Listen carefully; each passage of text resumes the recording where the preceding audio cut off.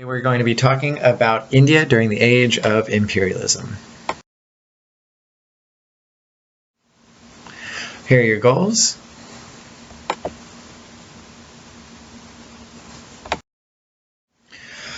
Okay, so before we talk about what India was like during the age of imperialism, let's look at what India was like before the age of imperialism. The first thing, and maybe the most important thing that you need to know about India, is that before the age of imperialism, of European imperialism, I might say, India was at the center of the world economy. India, along with China, was the major center of manufacturing and trade in the entire world. India and China were the two richest and most advanced civilizations in the world up until around, I don't know, maybe 1600 or 1700 is the tipping point where Europe starts to emerge as a richer and more technologically advanced part of the world.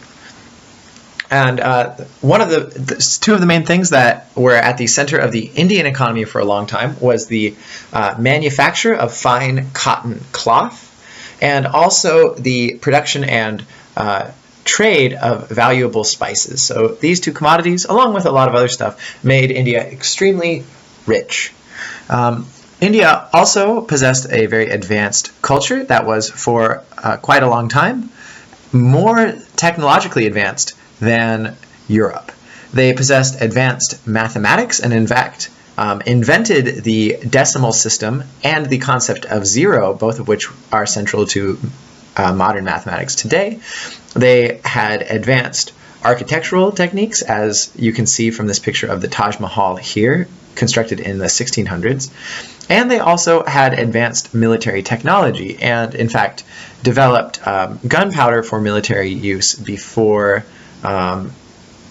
Europe did so. But India was also a divided subcontinent. The most permanent division in India was the religious division, and this was between the northern areas that were controlled largely by Muslim princes and the southern regions that remained primarily Hindu. And tensions between these two groups remained high before, during, and after the imperial period, and are still an issue in Indian politics today. India also was increasingly politically divided as we approached the modern era. By 1700, the Mughal Empire had united India into almost all of India into a large, powerful empire. But as the 1700s went on, this large empire broke into several smaller states, and this political division would make it easier for Europeans, and especially British imperialists, to move in and to take over. So here's a chronology of exactly how the British take control of India. So the British presence in India begins around 1700 when the British East India Company establishes trading posts on the Indian coast. And these are just pretty small little outposts, mainly designed to trade European stuff, mostly gold and silver, in exchange for special Indian commodities like cotton cloth and spices. But by 1763, the British won a war against France, and they were able to seize a number of important trading posts that had been controlled by France. And this gives Britain the chance to become the dominant European presence in India. So basically, Britain is the European power in India after 1763. From 1763 to 1800, Britain goes on to establish direct control over much of central and coastal India, both by cooperating with local elites and also through military conquest. And if you look at that map there, you'll see the dark purple part was the part of India that was directly controlled by Britain by around 1800. From 1800 to 1870, Britain goes on to conquer much of the rest of the Indian subcontinent, and it does so with the help of Indian troops. So they were able to win over a large number of people on the Indian subcontinent, and then with these allies were able to go on and to conquer the rest of the subcontinent. By 1877, Britain controls enough of the Indian subcontinent to declare their queen, Queen Victoria, Empress of India.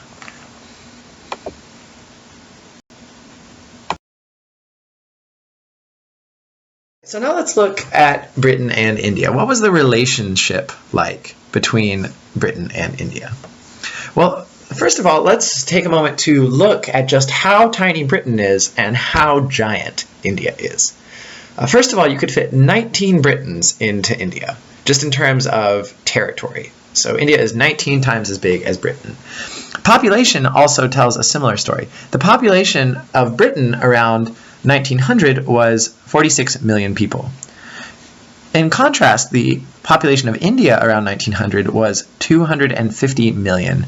So India is enormous and represents an enormous conquest for Little Britain.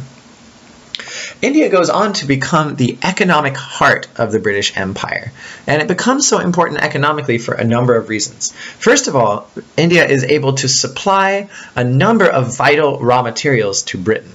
It is a place where cotton can be grown, so cotton can be imported to Britain, turned into cloth in British factories, and then resold all over the world, including back to India, for a huge profit. Wheat can be grown, which is important for helping to feed increasing numbers of factory workers in Britain. Tea can be produced, which helps to explain why tea is such an important part of British culture even today. And opium can be produced. And opium is not usually directly imported into England, but rather it is grown and then traded to other parts of the world for other important commodities. Most notably, China, where Britain will force the Chinese to make the opium trade legal and then will proceed to sell tons and tons of opium to China in exchange for other stuff. Also, India provides a huge market for British goods. Basically, India is 250 million people that England can sell its stuff to, which means huge profits for British manufacturers. And this also results in British goods replacing traditional Indian manufacturing, which is not so good for a lot of people in India. And for this reason, because India is so important economically, it comes to be known as the crown jewel of the British Empire.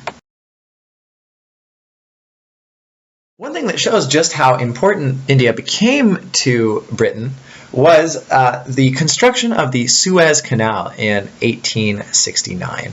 And the main purpose of constructing the Suez Canal, which was a canal that went from the Mediterranean through a narrow strip of land between Africa and Asia and connected up to the Red Sea. So if you look at the map here, you'll see that the original way to sail to India from London was about 10,000 nautical miles. You had to sail all the way around Africa. By constructing the Suez Canal, they were able to cut down that trip to 6,000 nautical miles, which was a huge time saver. And so this was super important because it increased the amount that England could trade with India and was a big boost for the British economy. In fact, it became sort of the lifeline of the British economy, and people in England worried that if the Suez Canal was ever closed to British ships, that the English economy would crash. And what this meant is that Britain was willing to do just about anything in order to protect the Suez Canal, and that eventually meant that Britain just had to take over Egypt, which it did in 1882 in order to make sure that the canal stayed open. And the Suez Canal is a perfect illustration of how important India became to Great Britain.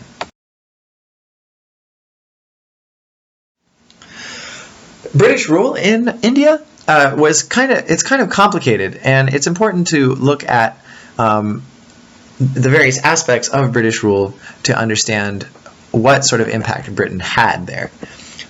First of all, the British set up a hierarchical type of government. And basically the government in Imperial India is one in which the highest offices could only be filled by British people. So the governor, the generals, the people who managed everything were white.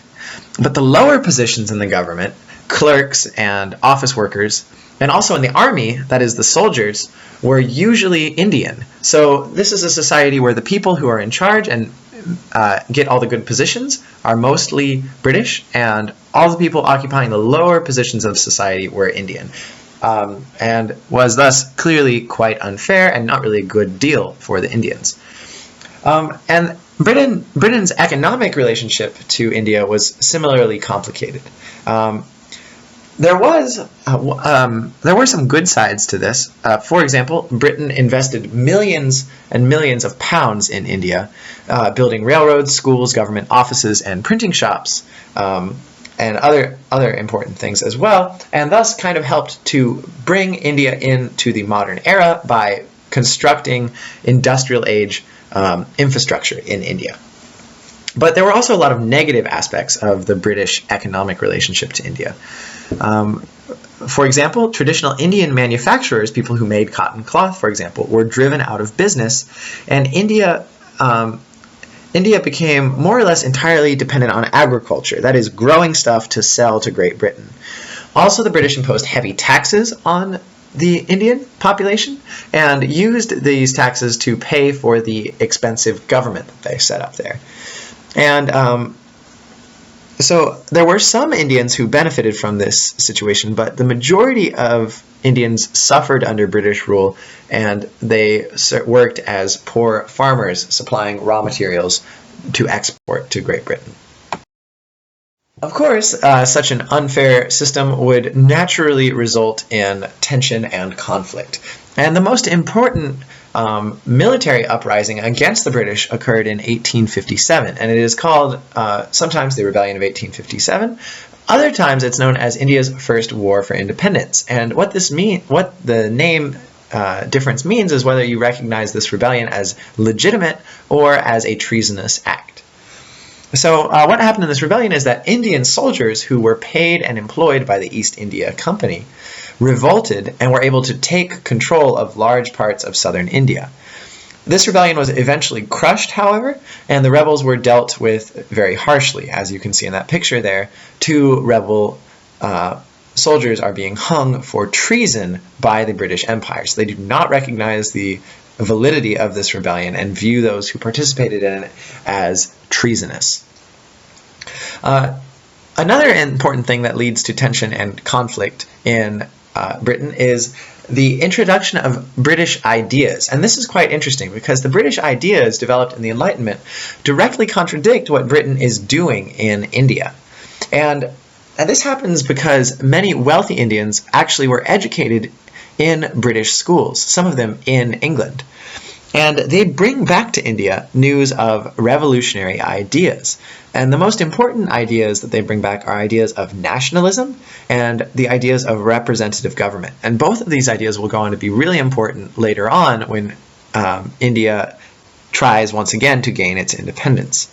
And so these ideas from England spread to the Indian elite, and they soon begin to pose a huge problem for imperial rulers because they have a hard time arguing against these originally British ideas that show that what the British are doing in India is not correct.